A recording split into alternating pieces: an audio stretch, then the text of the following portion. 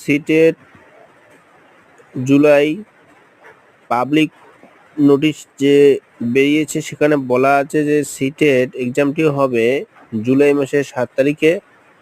Form fill up শুরু হয়ে গেছে।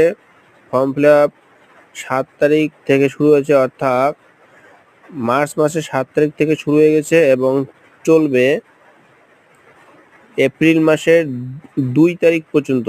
তাই যারা যারা এখনো সিটের ফর্ম ফিল আপ করোনি, সিটের ফর্ম ফিল আপ করতে পারো। ফর্ম ফিল আপ এখনো চলছে।